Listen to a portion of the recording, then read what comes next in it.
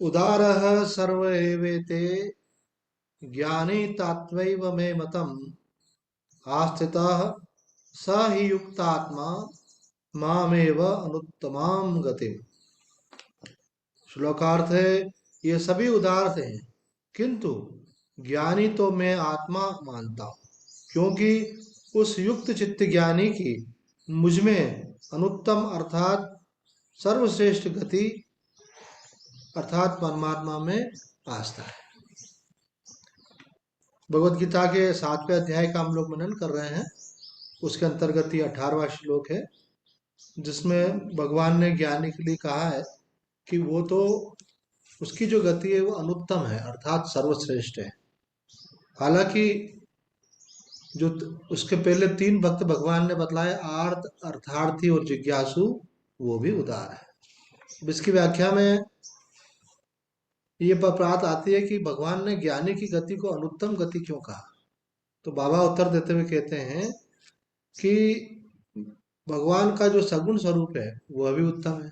अर्थात भगवान कहते हैं मेरा सगुण स्वरूप भी उत्तम है, परंतु अबाधित गति वाला नहीं है। अर्थात भगवान का जो सगुण साकार स्वरूप है उसका अनुभव इतना आसान नहीं है। उसमें क्या है कि जब आपकी पूर्ण एकाग्रता होगी, पूर्ण भावना होगी, तब भगवान प्रकट होता है और उनका दर्शन आपको होता है। लेकिन जो भगवान का शुद्ध स्वरूप है वह अबाधित है, इसलिए उसको भगवान ने यहाँ पे सर्वश्रेष्ठ कहा है। कि ज्ञानी के को क्यों श्रेष्ठ बोला है, क्योंकि ज्ञानी तो अबाधित रूप से मेरा अनुभव कर, भक्त को मेरा अनुभव करने के लिए प्रयत्न करना पड़ता है। वो प्रयत्न करता है, भाव करता है तो मेरा अनुभव होता है, लेकिन वो अनुभव भी फिर निरंतर नहीं रहता है। फिर वह भगवान आशीर्वाद दे करके, वरदान दे करके भगवान फिर अदृश्य हो जाता है। भगवान बोलते हैं ज्ञानी सर्वश्रेष्ठ है, क्योंकि वो अबाधित रूप से मेरे से जुड़ा हुआ है ना। एक व्यक्ति ऐसा होता है जिससे अपन कभी कभी मिल पाते हैं, क्योंकि वो अपने से दूर रहता है, शहर में दूर रहता हो, अथवा अपन मान सकते हैं कि दूसरे शहर में रहता हो। लेकिन एक तो ऐसा होता है कि जो हमारा साथ ही रहता हो, जो हमारे साथ ही रहता है, तो जब इच्छा होती है देखते हैं हमको दिख जाता है। तो साथ में रहने वाला तो अबाधित हो गया ना, कोई बाधा ही नहीं है बीच में। रात को भी याद आई तो देखा भाई सो रहे हैं तो भी देख लिया, दिन में भी अपन कमरे में बैठे एक आवाज दी और मिल गए।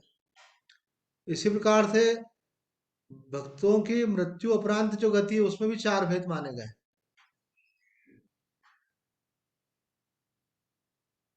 सालोक्य, सामीप्य, सायुज्य और सारूप्य, ये 4 प्रकार की गति बताई गई। भगवान की भक्ति करता है लेकिन भगवान से अपने को अलग, भगवान अलग मैं अलग हूँ, इस भाव को रखना चाहता है, क्योंकि उसको उसमें अच्छा लगता है, भगवान का भक्त बनकर रहना चाहता है। अब उसकी भक्ति की तीव्रता के अनुपात में उसकी 4 प्रकार की गति होती, कितनी उसकी भावना ज्यादा है उसके अनुसार। तो एक गति ऐसी होती कि वो मृत्यु उपरांत भगवान के धाम में चला जाता है। इसलिए आप देखते हो वैष्णव भक्त का शरीर छूट जाता है तो उनके अनुयायी उनके लिए ऐसा जो सूचना करते हैं उसमें कहते हैं कि महाराज जी भगवत धाम पधार गए, ऐसा बोलते हैं, मतलब भगवान के धाम चले गए। तो एक तो होता है भगवान के धाम में होना, और दूसरा होता है कि भगवान के धाम तो होना, लेकिन भगवान के धाम में भी भगवान का स्वामित्व प्राप्त होना। इससे भगवान श्री कृष्ण के काल में भी सब लोग वृंदावन में थोड़ी थे, या सब लोग गोकुल में थोड़ी थे, अथवा सब लोग ब्रज में थोड़ी थे। भगवान के भक्त भी थे लेकिन वो कहीं कहीं रहते थे। तो इसी प्रकार से भगवान के धाम में भगवान की समीपता प्राप्त होना और अधिक आपकी पात्रता है। भगवत धाम का सुख तो आपको मिलेगा, लेकिन सामीप्य होने का एक विशिष्ट सुख है। तो एक सालोक्य के बाद होती है सामीप्य मुक्ति। एक तीसरी मुक्ति होती है जिसमें भगवान से अतिशय प्रेम होने से जो जीवात्मा होता है उसका भगवान से तादात्म्य होता रहता है बार बार। उसको बार बार ऐसी फीलिंग आती है कि मैं वही हूँ, है ना। ये भक्तों की अनुभूति का एक पार्ट है। कई लोग पूछते हैं ऐसा अनुभव होता है, क्यों होता है। आप हनुमान जी की भक्ति करते रहो तो कभी कभी ऐसा लगेगा ये क्या, मेरे को ऐसा लग रहा है मेरा शरीर हनुमान जी जैसा हो। तो आप माता रानी की भक्ति करते रहो तो कभी कभी ऐसा लगेगा कि अरे ये क्या, ऐसा लग रहा है जैसे मैं माँ हो गई हूँ ऐसे। तो ये फीलिंग आने लगती है जब तादात्म्य होता है ना। तो भगवान के कुछ भक्त ऐसे होते हैं, भगवान से इतना प्रेम करते हैं कि वो उनका शरीर छूटने के बाद जो जीवात्मा होता है वो भगवान का ही रूप धारण कर लेता है। भागवत में भी कथा आती है कि वो मर गए और भगवान का रूप धारण कर लिया। तो मतलब ये क्या हो गया, सारूप्य मुक्ति। और उसके बाद में फिर चौथी बताइए कि सायुज्य मुक्ति, कि भगवान के साथ जुड़ जाना। है ना, ऐसे भक्तों के भजन भी सुनोगे कि मैं आपका कुंडल बन जाता, मैं आपका अ, कुछ भी शरीर का वस्त्र बन जाता, पीताम्बर बन जाता, तो आपके साथ लगा रहता, आपकी बांसुरी बन जाता, आप मुझे धारण करके रखते हैं। तो ये है कि भगवान के साथ जुड़ गए। और उसके बाद पांचवी जो बताई है स्थिति, वो ज्ञानी की बताई है, ज्ञानी भक्त की, कि भगवान का जो वास्तविक स्वरूप है सच्चिदानंदमय स्वरूप। ज्ञानी ये उस सच्चिदानंद स्वरूप का चिंतन करता है भगवान के, और चिंतन करते करते उसको अनुभूति क्या होती है, मैं स्वयं सच्चिदानंद स्वरूप हूँ। वेदांत में तो एक दृष्टांत बड़ा प्रसिद्ध है, भृंगी कीट न्याय। भृंगी कीट न्याय एक दृष्टांत ये दिया जाता है कि भौरा जो होता है वो एक कीट को कहीं से चुन करके लाता है और लाकर एक स्थान पर रखता है, और उसके आसपास जो है एक मिट्टी का घरौंदा बना देता है, जैसे चिड़िया बनाती है, बाकी पक्षी बनाते हैं, ऐसे वो भी एक छोटा सा घरौंदा बना देता है उसका रहने का। उसके ऊपर अपनी लार से मानो द्वार बना देता है, हवा तो जा सके लेकिन वो ढका रहे, जैसे पर्दा कर देते ना अपन जाली का, ऐसा कर देता है। और वो खुद जो है उसके आसपास गुंजन करता रहता है। तो वो जो कीट होता है वो गुंजन सुनता रहता है, नॉन स्टॉप चलता है गुंजन। वो जैसे ही वो बाहर निकलने की कोशिश करता है तो भौरा उसको डंक मार देता है, वो डर के मारे वापस अंदर चला जाता है। डर के कारण वो अंदर बैठकर निरंतर भौरे का ही चिंतन करता रहता है। करते करते करते जब एक दिन दो दिन ऐसा समय निकलता जाता है तो वो जो कीट होता है वो स्वयं ही भौरे में बदल जाता है, और उसके बाद वो भौरा बनने के बाद वो तोड़ करके बाहर निकल। तो जैसे वो कीट भौरे का चिंतन करते करते स्वयं भौरा हो जाता है, उसी प्रकार से जीव जो है अपने भगवत स्वरूप का चिंतन करके, सच्चिदानंद स्वरूप का चिंतन करके, करते करते करते स्वयं सच्चिदानंद स्वरूप, अपनी अनुभूति क्या हो जाती है, मैं सच्चिदानंद स्वरूप। क्योंकि वो ये तो सही वास्तव में, पर अनुभव नहीं हो रहा था, अब उसको वैसा अनुभव हो रहा है। तो ये भक्तों की चार गति बताई है, और ज्ञानी की उसमें जो पांचवी बताई है वो तो तद्रूपता है। तो यहाँ बता रहे हैं कि उसकी गति जो है अबाधित है। उड़िया बाबा जी कहते हैं इससे अनुत्तम, इसीलिए उसको अनुत्तम गति कहा है, ज्ञानी को अनुत्तम गति कहा है। ज्ञानी को आत्मा इसीलिए कहा है क्योंकि उसमें और मुझ में कोई भेद नहीं है, जल और तरंग में तत्वतः अभेद है। इसके सिवाय आत्मानंद में दुख का भी सर्वथा अभाव है, क्योंकि इसमें दीनता नहीं रहती। ज्ञानी का अपने इष्ट से नित्य संयोग है। दीनता क्यों नहीं रहती, क्योंकि भाई जो भक्त है उसके लिए बताते हैं कि उसको तो कभी वियोग का दुख भी सहना पड़ता है, कभी भगवान की याद आती है, उसको वेदना होती है प्रभु कब मिलोगे, और कभी प्रभु ने उसको अनुभव करा तो बहुत खुश होता है। तो कहते हैं कि वियोग में कभी संयोग का अनुभव होता है ना, भावनात्मक रूप से वो भगवान से तादात्म्य करता है, भगवान का अनुभव करने लगता है कि भगवान मेरे पास में, भगवान के पास, तो आनंदित होता है। भक्त भगवान को याद करते करते कभी एकदम आनंदित होने लगता है, उसको ऐसा लगता है कि मैं भगवान का दर्शन कर रहा हूँ, उसको मानसिक दर्शन होने लगता है, तो प्रसन्न होता है। कभी कभी साक्षात दर्शन होता है, बहुत प्रसन्न होता है। तो कभी वियोग में संयोग का अनुभव हो जाता है, है वियोग लेकिन उनके प्रेम में भाव विहल होकर के वो उनका अनुभव करने लगता है। और कभी कभी संयोग में भी वियोग का अनुभव करने लगता है, कि भगवान का अनुभव हो रहा है लेकिन उसको एकदम वेदना होती है कि अभी तो हो बाबू, लेकिन आप चले जाओगे तो फिर मेरा क्या हो। तो सामने दिख रहे हैं आनंद का अनुभव हो रहा है, लेकिन ये भय हो रहा है कि आप चले जाओ, क्योंकि साकार रूप तो निरंतर रहता नहीं, फिर वो चले भी जाते। तो कह रहे हैं कि भक्त के साथ तो ये दुख भी है, लेकिन ज्ञानी को ये दुख भी नहीं होता, इसलिए उसको इस प्रकार की दीनता भी नहीं आती। ज्ञानी का अपने इष्ट के साथ नित्य संयोग है, दोनों एक ही हैं, अतः ज्ञानी को कभी वियोग का दुख नहीं होता। उपासना में तो संयोग वियोग दोनों ही होते हैं, इसलिए दुख होता भी है। आत्मा को लाना नहीं पड़ता, भक्त तो भगवान को लाता है, फिर वो चले जाते हैं। इसलिए अन्य भोक्ता की अपेक्षा ज्ञानी श्रेष्ठ है। भगवान ने यहाँ भक्त के तो तीन माने हैं, लेकिन ज्ञानी को तो अपना आत्मा ही कहा है। तो कभी समझना चाहिए इस बात को, कि इसमें छोटे बड़े की बात नहीं है, ये समझने की बात है कि भाई अगर आप मीरा जैसी भक्ति भी प्राप्त करते हो, तो मीरा का ही भजन है। रात को सोई थी तो भगवान का अनुभव हो रहा था सपने में, नींद खुल गई उनकी तो दुखी हो गई। अरे भगवान के दर्शन होते, मेरे मेरे प्रभु चले गए, मैं सोई रहती सपना आता रहता तो कितना अच्छा था। तो संयोग में आनंद का अनुभव होता है, फिर वियोग में वेदना होती है। और उस भक्त की वेदना सामान्य व्यक्ति की वेदना की जैसे नहीं होती है। जैसे किसी के परिवार में कोई गमी हो गई, कि धन की हानि हो गई, कि बड़ा रोग हो गया तो दुखी होता है, कोई प्रतिकूलता है तो दुखी होता है, वैसा वैसी वेदना नहीं है। हमारे पूज्य स्वामी जी कहते थे, भगवान को पाने की जो मन में अभिप्सा होती है और जब भगवान नहीं मिलते हैं, और जो अंदर व्याकुलता और वेदना होती है, वो वेदना हमारे सब पापों को भस्म कर देती है। वो वेदना भी विलक्षण होती है, सांसारिक वेदना जैसे नहीं रहती है, लेकिन वेदना तो है।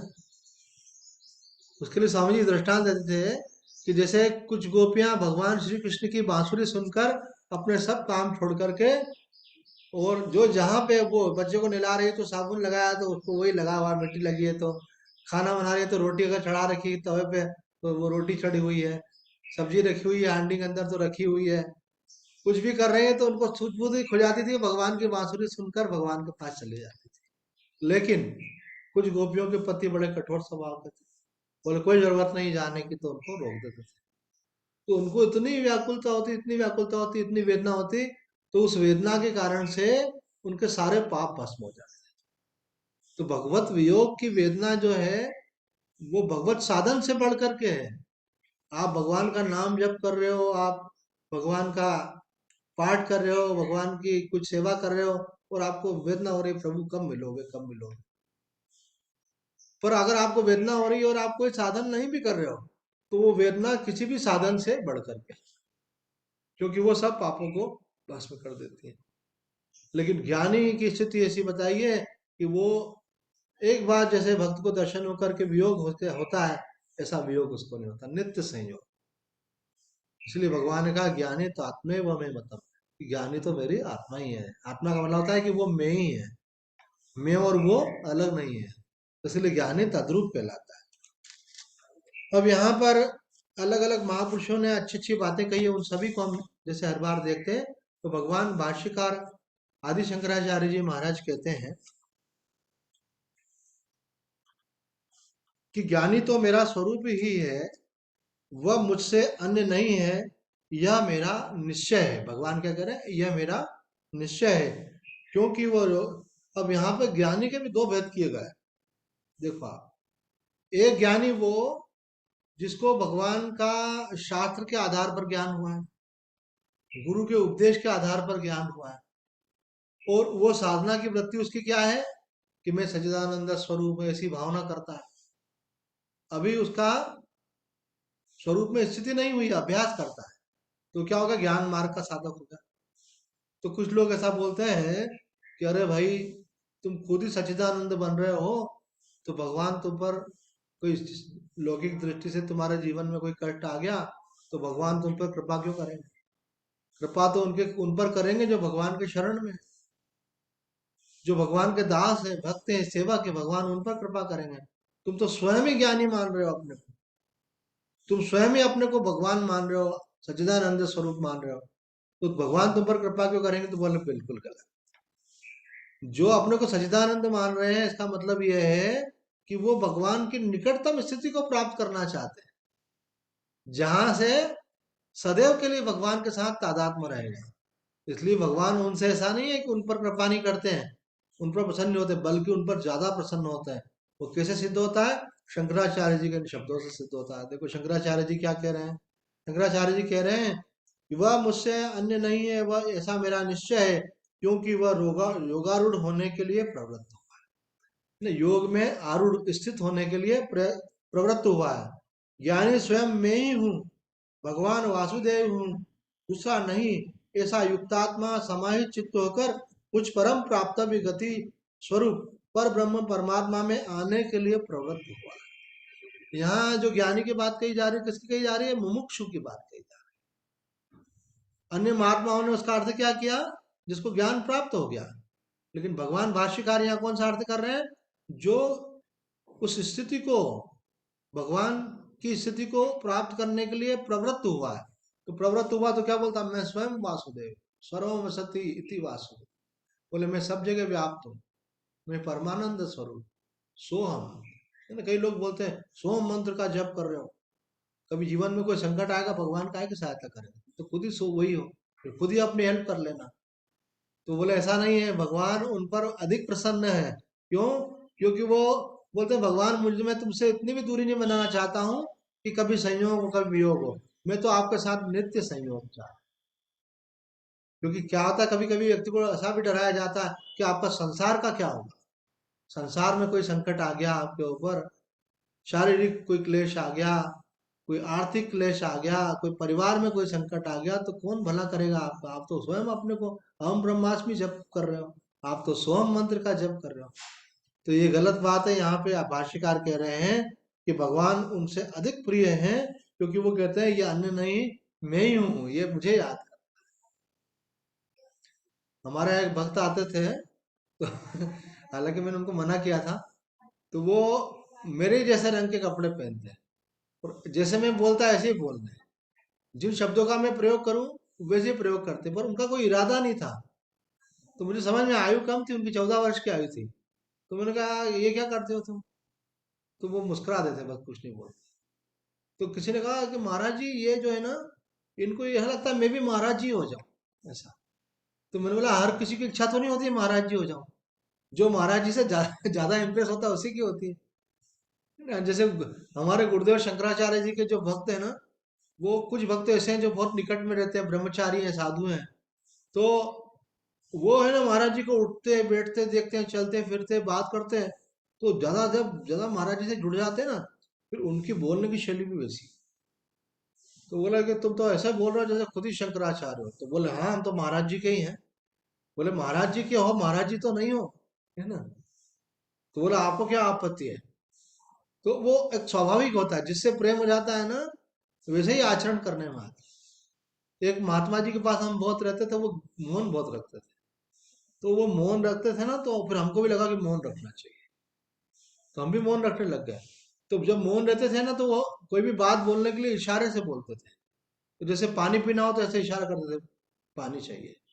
तो हमको भी पानी पीना हो तो हम दूसरा इशारा नहीं करते, हम यही वाला करते, जैसे वो करते थे वैसे ही। ये पानी के लिए ऐसा करते थे, चाय के लिए ऐसा करते थे, हम भी पानी के लिए ऐसा करते थे। कभी नाराज होते तो यूं कर देते थे, नहीं, जैसे थप्पड़ खाना है क्या, ऐसे ही हूँ, तो ऐसे नाराज होते ऐसा कर देते। तो हम भी नाराज होते तो यूं।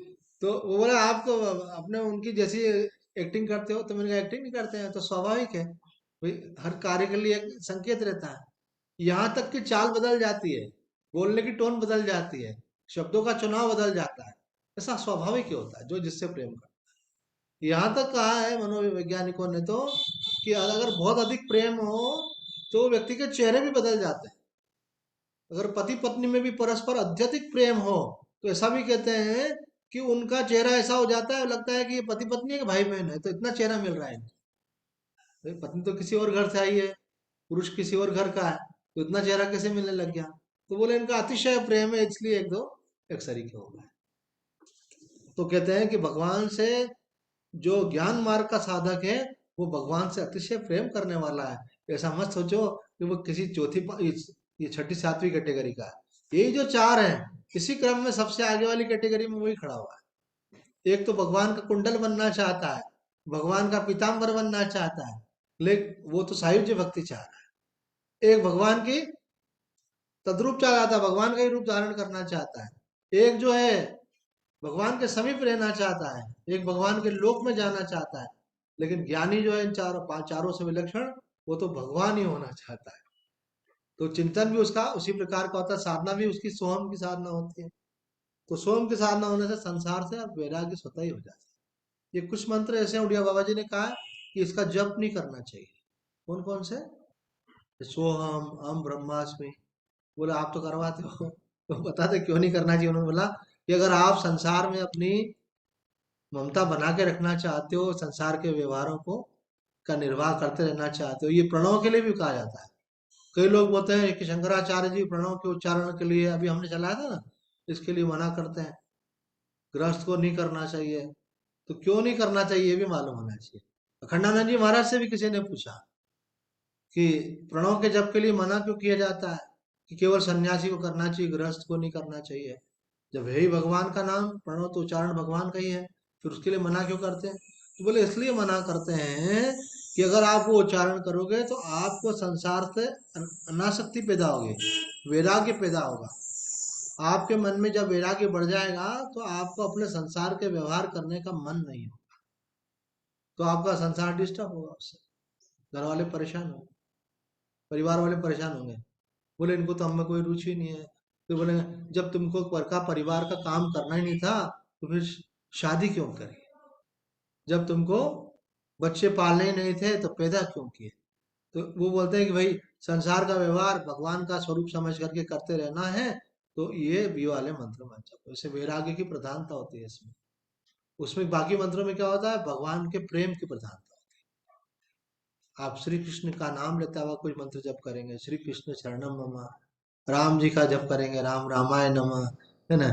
पंचाक्षरी मंत्र जपेंगे, नमः शिवाय जपेंगे, वो क्या होगा कि आपके अंदर बहुत प्रेम का आविर्भाव होगा, भगवान से प्रेम बढ़ेगा। और जब आपके अंदर प्रेम बढ़ेगा तो आप सबसे प्रेम करेंगे, परिवार वालों से भी प्रेमपूर्ण व्यवहार करेंगे। लेकिन अगर आपको वैराग्य होगा तो बोले आप मेरा मन तो चलो मन गंगा यमुना तीर बोले यहाँ हमारा मन लगता नहीं। तो वो आगे की स्थिति है, उसमें जाने के लिए इसी प्रकार से महात्मा भी उनके पास जो लोग आते हैं ना, उसमें वो देखते हैं किसको कितना खींचना है, ऐसा। क्योंकि ज्यादा अगर किसी को खींच लिया भगवान की तरफ, उनका आशीर्वाद भाव संकल्प काम करता है महापुरुषों का। तो ज्यादा खींच लिया तो उनकी फैमिली डिस्टर्ब हो जाएगी। तो इसलिए उसको देखते हैं कि किसको कितना खींचना है। ठाकुर रामकृष्ण परमहंस के पास जब कोई जाता था, वो पूछते थे कितने भाई हो, तो वो बोलते थे हम 4 भाई हैं, हम 3 भाई हैं। तो बोले अच्छी बात है, अगर 4 भाई हो तो बाकी भाई तुम्हारे माता पिता की सेवा कर लेंगे, तुम भगवान की भक्ति में लगो। पर अगर अकेला होता तो अब सोचते थे कि इसको भी अगर इधर खींच लेंगे तो इसके माँ बाप बेचारे दुखी हो जाएंगे। तो बोले नहीं, तुमको घर में रह करके ही माता पिता की सेवा करते हुए भगवान का भजन, तुमको विरक्त होकर के परमात्मा को नहीं पाना है, बल्कि परिवार में रहते हुए तुमको परमात्मा की प्राप्ति करनी है। उनको वही मार्ग बताना है, ऐसे। तो कुछ मंत्र ऐसे हैं जो आप, कुछ लोगों को लगता है कि ये क्या भेदभाव कर दिया स्त्री पुरुष का, ये क्या भेदभाव कर दिया गृहस्थ और सन्यासी का, जब तो सबको करने का। अरे कर तो सकते हो आप, लेकिन उसका परिणाम क्या होगा? तो अखंडानंद जी महाराज कहते हैं कि जिनको पूरी तरह से इधर लगना उनके लिए छूट है, वो जब कर सकते हैं, प्रणव का भी कर सकते हैं। लेकिन जिनको संसार को साथ के चलना है, वो प्रणव के साथ फिर भगवान का कोई नाम जोड़ के लगाए। जैसे हम हरि ओम बोलते हैं, तो भगवान हरि आ गए ना, वो रस स्वरूप है, आनंद स्वरूप है, उनका आप नाम लोगे, आप में रस और आनंद का भी आविर्भाव होगा। फिर आप क्या संसार का व्यवहार भी करोगे और याद भगवान को करोगे, तो करोगे उनको भी भगवान का स्वरूप समझ करके करोगे उनको, अथवा भगवान की दी हुई सेवा समझ करके उनके साथ अच्छे से व्यवहार कर लो। ये भी एक समझने वाली बात है। कभी कभी लोगों को लगता है ये क्यों ऐसा भेदभाव, भेदभाव नहीं है, जिसके लिए जो उचित है वो बतलाया जाता है, ऐसा जिसमें उसका भला होता हो। अब यहाँ पे शंकराचार्य जी महाराज कह रहे हैं कि भगवान कह रहे हैं कि ज्ञानी तो स्वयं मैं ही हूँ, मैं ही वासुदेव हूँ, दूसरा नहीं हूँ। ऐसा युक्त आत्मा समाहित चित्त होकर मुझ परम प्राप्तव्य गति स्वरूप पर ब्रह्म में ही आने के लिए प्रवृत्त हुआ है। इसको भाष्यकार ने, आदि शंकराचार्य जी ने साधक के रूप में लिया है कि चारों प्रकार के साधक हैं। तो ज्ञानी साधक, ज्ञानी साधक मतलब जिसकी साधना क्या है कि मैं वही हूँ, ये साधना है उसकी। ज्ञान में एक बात है कि जहां से आरंभ वहीं पूर्णता है, आरंभ यही से है कि अहम ब्रह्मास्मि, यही उपदेश करते हैं, इसी की व्याख्या करते हैं, समझाते हैं, अभ्यास भी यही करते हैं। अनुभव हुआ नहीं है पर अभ्यास तो यही करेगा भी। सोम का मंत्र दिया आपको, उसका जप कर रहा। तो अभ्यास भी आपका ये है, और अनुभूति क्या है? करते करते करते करते आप पहुंचोगे भी कहाँ कि मैं वही हूँ, ये अनुभव आपको होगा। तो आरंभ भी भावना से होता है, और पूर्णता जो है अनुभूति से होती है। लेकिन दोनों का लक्ष्य, दोनों का जो सिद्धांत एक ही है, अहम ब्रह्मास्मि, मैं वही हूँ। अब यहाँ पे उड़िया बाबा जी को और शंकराचार्य जी को सुनने के बाद हम मधुसूदन सरस्वती जी के विचार देखते हैं। तो मधुसूदन सरस्वती कहते हैं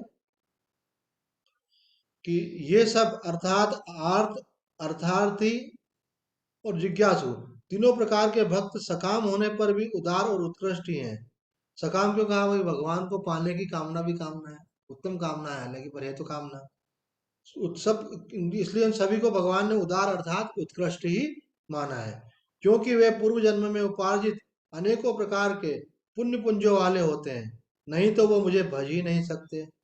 अब देखो, यहाँ एक ध्यान देने वाली बात है कि भगवान के भजन में अगर किसी का मन लगता है, चाहे संसार की कोई इच्छा पूरी करने के लिए क्यों नहीं लगता हो, आर्त भाव के, अरे चाहे वो संसार की कोई वस्तु लाभ करने के लिए क्यों नहीं लगता हो, कि मुझे आर्थिक संकट है, मेरा आर्थिक का संकट दूर हो। अब खूब वो हनुमान चालीसा का पाठ कर रहा है, श्री सूक्त का पाठ कर रहा है ना, बोले 21-21 पाठ कर रहे हैं। अभी हमारे एक परिचित हैं, वो नित्य श्री राज राजेश्वरी का अभिषेक करते हैं बहुत अच्छे से, खूब मस्त चंदन वंदन लगाते हैं उनको, और नित्य जो है उनका सहस्त्र नाम का पाठ करते हैं।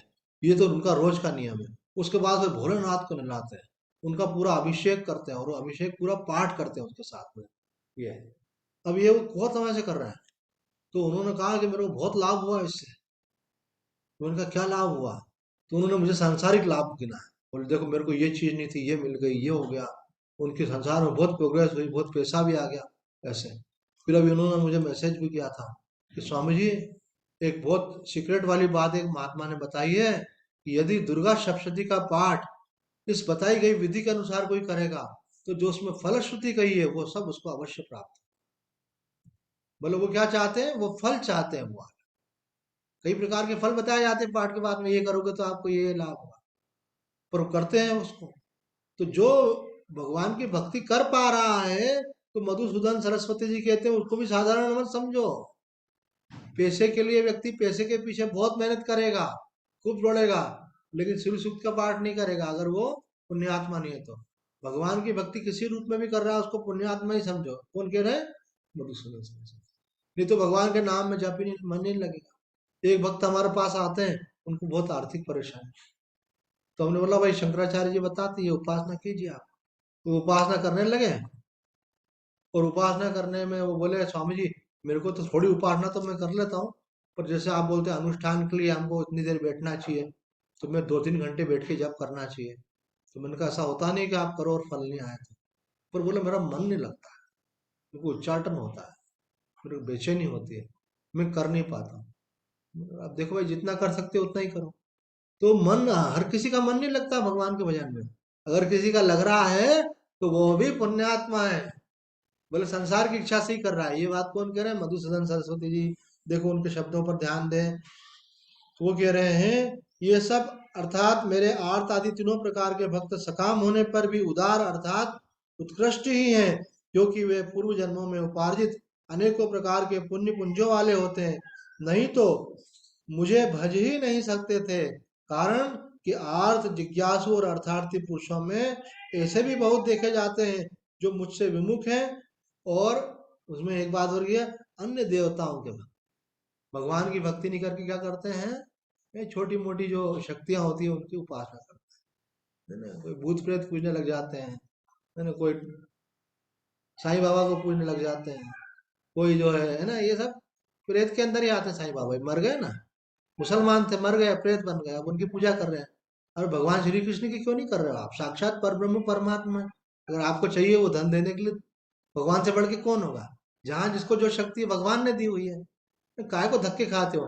कहीं किसी के यहाँ किसी को सवारी आ रही है किसी की, है ना, बोले उनको माता जी आती है, माता जी क्या आती है, कोई छोटी छोटी शक्तियां रहती है, वो उनका वेग होता है, वहां जा रहे हैं, है ना। कई जगह पूछने के लिए जाते हैं, बोले भैया इनको कुछ सिद्धि है, सिद्ध महात्मा है, यहाँ जाओ, कोई उनको शक्ति आ गई, सामर्थ्य आ गई, उनके पास जाओ। तो बोले काय को दर दर के धक्के खाते हो, काय को धर्म के धक्के खाते हो, भगवान सर्वत्र है। आप भगवान के मंदिर जाओ, भगवान की उपासना करो, शास्त्रों में दिया हुआ है फल। भगवान खुद प्रॉमिस कर रहे हैं। भगवान कहते हैं कि जो मेरी जिस भावना से भक्ति करता है मैं उसको वो फल प्रदान करता हूँ। भटकना नहीं चाहिए। कई लोग मुसलमानों के यहाँ मजारों पे चादर चढ़ाने चले जाते हैं। कई बोले वो अमुक मुनि जी हैं, उनके पास सिद्धि है, मैं उनके पास जा रहा हूँ। कई लोगों को बोले वहां पे उनको सवारी आती है, उनको आवेश होता है, उनको उनको देवी आती है। अब कौन सी देवी आती है आपको तो दिखती नहीं है, वो कौन सा कौन बोल रहा है वहां पे। फिर वो वहां जाके वो बोलेंगे 7 शुक्रवार तक आना और नारियल लेके आना और व्रत करना और ये करना, तो वो 7 शुक्रवार तक वहीं जा रहे हैं, कोई 7 गुरुवार जा रहे हैं। तो ये लगे रहते हैं कई जगह ऐसे। अरे साक्षात भगवान की भक्ति करो ना। आप अच्छे महात्माओं के पास जाएंगे तो वो आपको यही बताएंगे। हम जिन गुरुओं से जुड़े उन्होंने कभी भी हमको भटकाया नहीं। अच्छे महात्मा जो शास्त्रोक्त विधि से चलते हैं वो आपको बोलेंगे भाई भगवान का पाठ है, ये करो ना। गोपाल सहस्त्र नाम का पाठ पाठ करने का बोलते हैं, गोपाल सहस्त्र नाम का पाठ करने वाले को धन का अभाव नहीं रहता, बल उनका करो। देवी का भक्त होगा तो देवी का पाठ बता देंगे, गणेश जी का भक्त होगा उसका पाठ बता देंगे, बोले ये पाठ करो। बोला हाँ, ये इनके जो टोने टोटके वाले हैं, ये जंतर मंतर वाले हैं, इनके चक्कर में मत पड़ो। तो ये बात देखो प्रसंगवश निकल जाती है। यहाँ पे मधुसूदन सरस्वती जी कहते हैं कि वो भी उदार हैं क्योंकि वो मुझसे विमुख, कुछ लोग ऐसे हैं जो मुझसे विमुख हैं तथा अन्य देवताओं के भक्त। बोले वो इंद्र की उपासना करते हैं, वरुण की उपासना करते हैं। बोले नहीं, ये तो केवल मेरी ही उपासना करते हैं, इसलिए वे भी मेरे प्यारे ही हैं। ज्ञानी या अज्ञानी मेरा कोई भी भक्त मुझे अप्रिय नहीं होता, किंतु उनमें मेरी प्रीति, जिसकी जैसी प्रीति होती है मेरी भी उनके प्रति वैसी ही प्रीति होती है। ये बात स्वभाव सिद्ध है। जो आपसे जैसा प्रेम करेगा आप भी उससे वैसा प्रेम करेंगे। सो तीनों सकाम भक्तों को तो काम्य पदार्थ प्रिय होते हैं और मैं भी प्रिय हूँ, किंतु जिसका कोई और प्रिय नहीं है, ज्ञानी भक्त निरतिशय प्रीति का विषय तो मैं ही हूँ, इसलिए वह भी मेरे लिए निरतिशय प्रीति का विषय। निरतिशय समझते ना, अतिशय, उससे अधिक कुछ नहीं। बाकी को तो संसार की किसी चीज की कामना भी है और भगवान भी प्रिय है, लेकिन ज्ञानी को तो केवल भगवान ही प्रिय है। जब केवल भगवान ही प्रिय है तो भगवान को भी वो केवल वही प्रिय। ये देखो भक्त भी समझे इस बात को कि भगवान से अतिशय प्रेम करने का मतलब क्या है, स्वरूप से उनको चाहना। रमन महर्षि जी ने कहा है भगवान का वास्तविक दर्शन उनका स्वरूप दर्शन ही वास्तविक दर्शन। भगवान का वास्तविक दर्शन रमन महर्षि जी के वर्ड से, भगवान का वास्तविक दर्शन आत्म रूप में दर्शन ही उनका वास्तविक दर्शन। उनका रूप दर्शन वास्तविक दर्शन नहीं है, आत्म स्वरूप में दर्शन ही उनका वास्तविक दर्शन। घट भीतर नंद गोपाल, क्यों बाहर ढूंढने जाओ। भजन में कहा है कि भाई मैं बाहर क्यों ढूंढने जाऊं, वो तो मेरे हृदय में बैठे हैं। और वास्तव में परमात्मा सर्वत्र होने से हृदय में है ही। पर ठीक है, जिसकी वो ऐसी भावना है, भगवान कहते हैं प्रेम तो मुझसे ही कर रहे हैं ना, फिर भी संसार में फंसे हुए तो नहीं है, मेरा भजन कर पा रहे हैं, इसका मतलब पुण्यात्मा है। मुझे पालेंगे तो फिर तो बात क्या, फिर तो सिद्ध कहलाएंगे। अब यहाँ पे रामसुदास जी महाराज ने भी एक बड़ी महत्व की बात कही है, उस पर भी विचार कर लेते हैं। वो स्वामी जी कहते हैं कि अर्थार्थी आर्थ जिज्ञासु भक्त को उदार कहना वास्तव में भगवान की ही उदारता है। वो भगवान से कुछ चाह रहे हैं लेकिन फिर भी भगवान उनको उदार बोल रहे हैं, तो बोले ये भगवान की उदारता है। उनको उदार कहने का तात्पर्य यह है कि संसार से विमुख होकर वो भगवान के सम्मुख हो। भाई संसार की वस्तु आपको चाहिए तो संसार में प्रयत्न करो, धन चाहिए तो मेहनत करो, उसके तरीके सोचो, उधर लगो। लेकिन आपको चाहिए धन और जा किधर रहे हो, भगवान की तरफ। लक्ष्मी जी के मंदिर जा रहे हो, आप गोपाल सहस्त्र नाम कर रहे हो, श्री सूक्त का पाठ कर रहे हो, तो बोले देखो उदार है ये, है ना। उनको चाहिए संसार लेकिन आ किसके पास रहे, मेरे पास आ रहे हैं। अब मेरे पास आ रहे हैं तो मैं इनका काम तो करूंगा। तो कहते हैं कि भगवान उदार बोल रहे हैं, ये भगवान की उदारता है। और किस कारण से बोल रहे हैं, क्योंकि वो अपनी उस कामना की पूर्ति के लिए भगवान की शरण ले रहे हैं। तत्व ज्ञानी की भगवान से सधर्मता होती है। मम साधर्म माँ गता, गीता के 14वें अध्याय का दूसरा श्लोक है। पर भक्त की भगवान के साथ आत्मीयता होती है। दोनों में फर्क बताया। भक्त की भगवान से आत्मीयता होती है और ज्ञानी की भगवान से साधर्मता होती है। साधर्मता मतलब भगवान का होता धर्म मिल गया। ज्ञानी बोलेगा मैं सच्चिदानंद, भगवान भी सच्चिदानंद। वो भक्त बोलेगा भगवान मेरे और मैं भगवान का। वहां एक प्यार का संबंध है भगवान के साथ। तो ये पर भक्त की भगवान के साथ आत्मीयता होती है। ज्ञानी तात्म्य व में मतम, साधर्म में जीव और ब्रह्म में अभेद होता है, और आत्मीयता में भक्त और भगवान में अभिन्नता होती है। बोले हमारा कोई भेद नहीं है, हम भगवान के भगवान हमारे हैं। अभेद भाव में जीव ब्रह्म दो से एक हो जाते हैं, और अभिन्नता में भक्त और भगवान प्रेम लीला के लिए दो हो जाते हैं। बोले उनमें हमारे में कोई भेद नहीं है, अभिन्नता हो गई, लेकिन फिर भी लीला कर रहे हैं। बोले फिर भी हम भगवान का स्मरण करते हैं, हमको आनंद का अनुभव होता है। तो भक्त जो है भगवान से प्रेम रखता है, लेकिन थोड़ी दूरी बनाकर उनका भजन करना चाहता है, उसको वो रसा स्वादन करता है। ज्ञानी बोलता है मैं और आप एक ही हैं, और वो अपने ब्रह्म स्वरूप का चिंतन करता है। ये थोड़ा सा बारीक अंतर्गत है। पर दोनों के लिए भगवान ने क्या कहा कि दोनों ही मेरे भक्त हैं, और ज्ञानी के लिए विशेष रूप से क्या कहा कि वो तो मेरी आत्मा ही है। क्यों? क्योंकि वो भगवान से अपने को अलग नहीं मान रहा है, तो भगवान उससे अलग अपने को कैसे मानेंगे। तो ये आज का अभिप्राय है। इतना ही कहकर अपनी वाणी को विराम देते हैं। ओम पूर्णमद पूर्णमिदम पूर्णात् पूर्णमुदच्यते पूर्णस्य पूर्णमादाय पूर्णमेवावशिष्यते। ओम शांति शांति शांति। हरि ओम तत्सत्।